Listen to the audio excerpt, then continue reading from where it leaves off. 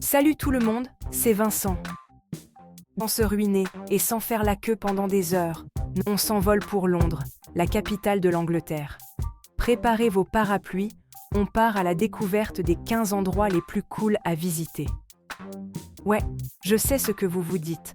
Encore un top 15 sur Londres. Mais attendez, j'ai essayé de faire ça à ma sauce, avec des anecdotes marrantes et des infos insolites. Et puis, c'est quand même plus sympa de voyager depuis son canapé, sans se ruiner et sans faire la queue pendant des heures, non ? Bon, allez, on met un peu de musique entraînante et c'est parti pour l'aventure londonienne.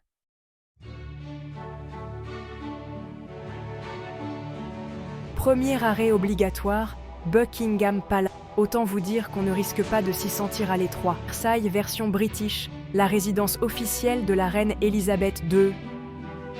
Enfin, quand elle n'est pas en train de siroter du thé dans un autre de ses nombreux châteaux. Imaginez un peu, 775 pièces, dont 19 salles d'apparat, 52 chambres royales et pour les invités, 198 chambres pour le personnel. Bref, autant vous dire qu'on ne risque pas de s'y sentir à l'étroit. Le truc cool à voir absolument, c'est la relève de la garde. Des soldats en uniforme rouge et chapeau en fourrure d'ours, ça vaut le détour. Par contre, essayez de ne pas trop les faire rire. Ils sont réputés pour leur sérieux légendaire. Et qui sait, avec un peu de chance, vous croiserez peut-être la reine en train de promener ses corgis.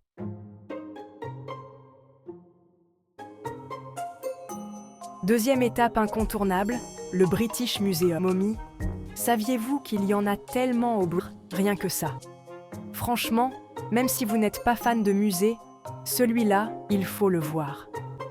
On y trouve des trésors du monde entier, de l'Antiquité à nos jours. La pierre de Rosette, les momies égyptiennes, les sculptures grecques. On se croirait dans un épisode d'Indiana Jones. D'ailleurs, en parlant de momies, saviez-vous qu'il y en a tellement au British Museum qu'elles ont leur propre service postal interne ? Bon, ok. J'avoue, je viens de l'inventer celle-là. Mais ça pourrait être vrai, non ? Le truc un peu frustrant, c'est qu'on a envie de tout voir. Mais c'est tellement immense qu'on ressort de là avec la tête comme une pastèque. Prenez votre temps et n'hésitez pas à revenir plusieurs fois pour tout explorer.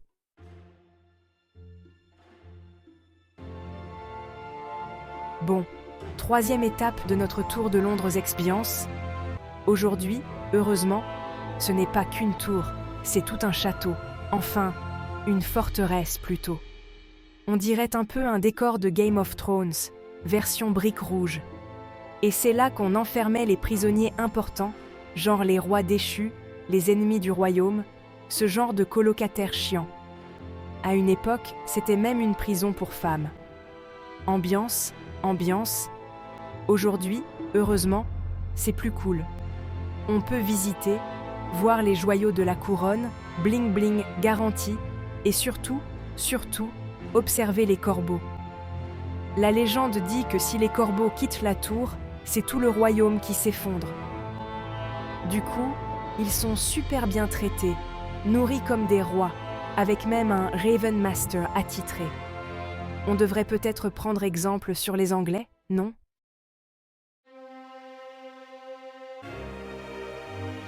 Bon, on passe à quelque chose de plus aérien. Par contre, je vous préviens, si vous avez laissé cette espèce d'énorme roue de hamster pour humains au bord de la Tamise, ouais, bon, c'est moins ridicule que ça en a l'air. Déjà, c'est la plus grande roue d'observation d'Europe, rien que ça. Et puis, la vue d'en haut, elle est juste incroyable. 135 mètres de haut, ça vous pose un panorama. Bon, par contre, je vous préviens, si vous avez le vertige, c'est mort. Moi, personnellement, j'aurais plutôt tendance à m'accrocher à mon voisin en hurlant, mais bon, chacun son truc. Le truc cool aussi, c'est qu'on peut privatiser les capsules. Ouais, genre pour un rendez-vous galant, un anniversaire ou même un repas d'affaires. Si votre patron vous propose un rendez-vous là-haut, fuyez, c'est louche.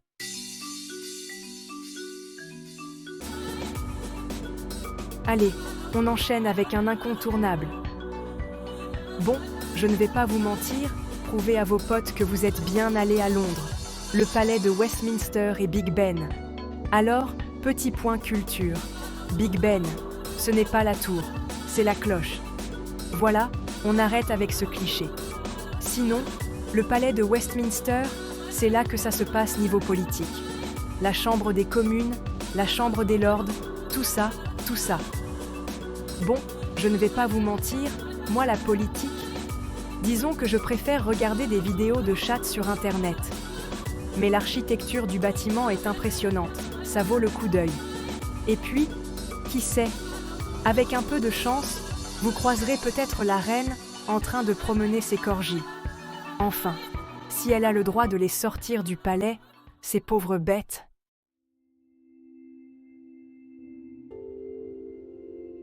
Bon, on passe à un monument un peu plus. Admirer son architecture baroque, ses mosaïques avec son dôme gigantesque, c'est un peu le phare de Londres. Sérieux, vous pouvez la voir de loin, elle domine la ville. Et ce n'est pas nouveau, hein, elle a traversé les époques, les guerres, même le Blitz pendant la Seconde Guerre mondiale.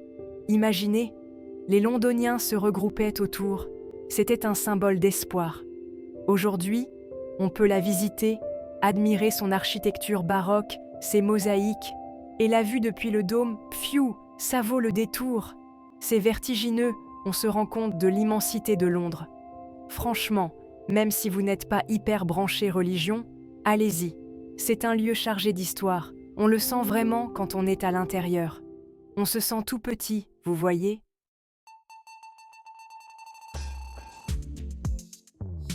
Bon, on change complètement de registre avec le et franchement, ça vaut le coup d'y passer quelques heures. Une ancienne centrale électrique, transformée en musée d'art moderne et contemporain. C'est pas banal, hein ? Et le plus fou, c'est que ça marche du tonnerre. Le Tate moderne, c'est devenu un des musées les plus visités au monde. Et pour cause, on y trouve des œuvres de dingue. Picasso, Matisse, Warhol, la totale. L'entrée est gratuite, sauf pour les expos temporaires, et franchement, ça vaut le coup d'y passer quelques heures. On se balade dans ces anciennes salles industrielles, on admire des œuvres parfois étranges, parfois magnifiques, et puis, il y a la vue depuis le café au dernier étage. Incroyable. On a une vue imprenable sur la Tamise et la ville. Le combo parfait, art et panorama.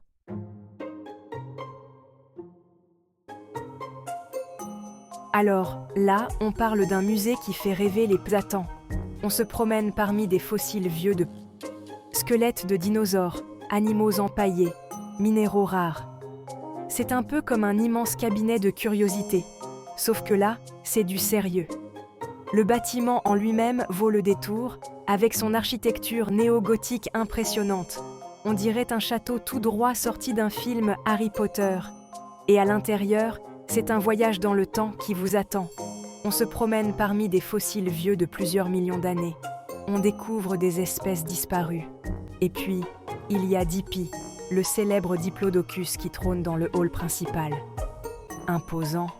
Franchement, c'est un musée incontournable, surtout si vous avez des enfants. C'est ludique, instructif, et on en prend plein les yeux. Allez-y, vous ne le regretterez pas.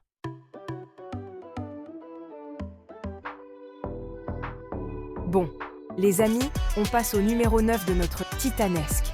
Ah, et j'oubliais de vous dire, on parle du Victoria and Albert Museum, ou V&A pour les intimes. Le V&A, c'est un peu comme le grand bazar de l'art et du design, mais genre, version classe, stylée, londonienne quoi. On y trouve de tout, des sculptures, des meubles, des costumes, des bijoux, des céramiques. Et le plus fou, c'est que le musée est immense, gigantesque, titanesque. Ah, et j'oubliais de vous dire, l'entrée au V&A est gratuite. On continue notre tour de Londres avec le Shard, le plus haut gratte-ciel d'Europe occidentale. 309 mètres de haut, 95 étages, une vue imprenable sur tout Londres. Ça donne un peu le vertige, mais ça vaut le coup d'œil. Comptez environ 30 livres pour accéder à la plateforme d'observation. Ou aller boire un verre au bar du 52e étage, c'est plus abordable.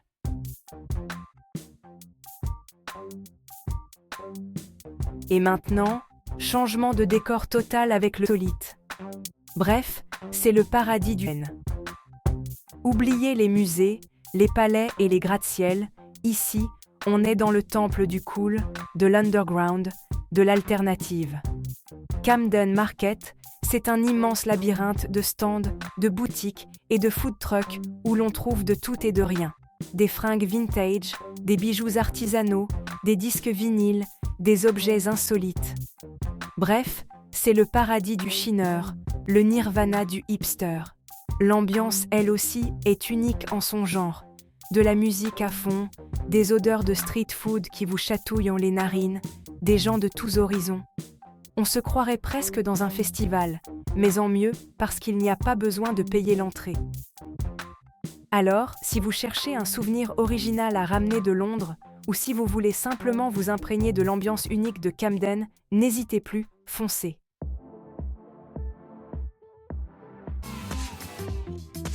Bon, après tous ces musées et ces monuments, en tout cas, Hyde Park, c'est vraiment... Direction Hyde Park, les amis. Imaginez un peu, 140 hectares de verdure en plein cœur de la ville. C'est immense, on peut s'y perdre pendant des heures à flâner, pique-niquer, faire du vélo. Et puis l'ambiance est super cool.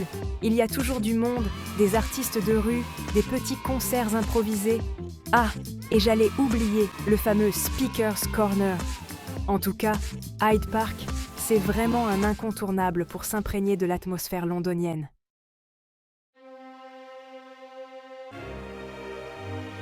Accrochez-vous bien, on plonge maintenant dans l'Angleterre et vous. Il a été reconstruit depuis, mais tout un lieu unique au monde, foncez au Globe Theatre. Amis, c'est un lieu chargé d'histoire, un véritable temple dédié à l'art dramatique. Imaginez, vous êtes en 1599, vous vous apprêtez à assister à la première représentation d'Hamlet, une pièce écrite par un certain William Shakespeare. Et là, bam, le théâtre prend feu. Bon, rassurez-vous, il a été reconstruit depuis, mais toujours dans un style élisabétain, avec sa structure en bois et son toit ouvert. Aujourd'hui, vous pouvez assister à des représentations de Shakespeare, évidemment, mais aussi à des pièces contemporaines. Et le truc cool, c'est que le public est vraiment proche de la scène, comme à l'époque. On est vraiment plongé dans l'ambiance, c'est génial. Alors, si vous êtes un peu féru de théâtre, ou simplement curieux de découvrir un lieu unique au monde, foncez au Globe Theatre. C'est une expérience vraiment à part, je vous assure.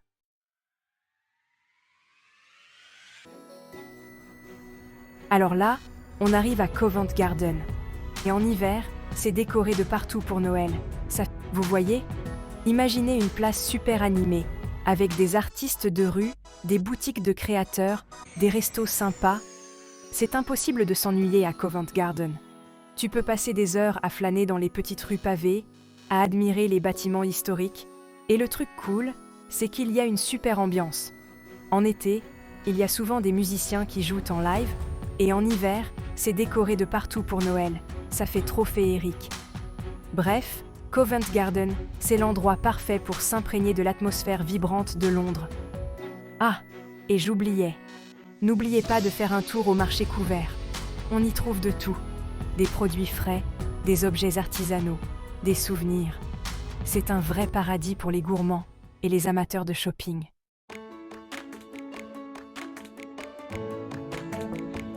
Bon, si vous êtes plutôt branché science et technologie à la fois. Et le mieux, c'est que le tournable. Déjà, l'entrée est gratuite, ce qui est plutôt cool. Et à l'intérieur, c'est un immense terrain de jeu pour les curieux. On y trouve des expositions interactives sur tout un tas de sujets. L'espace, les robots, le corps humain. Vous pouvez même tester des simulateurs de vol, observer des expériences scientifiques en direct. Bref, c'est hyper ludique et instructif à la fois. Et le mieux, c'est que le musée s'adresse à tout le monde. Que vous soyez des geeks purs et durs ou juste des amateurs éclairés. Les enfants adorent, les adultes aussi. Franchement, c'est une sortie sympa à faire en famille ou entre amis. Ah, et petit conseil, prévoyez du temps, parce qu'il y a de quoi passer la journée entière au Science Museum.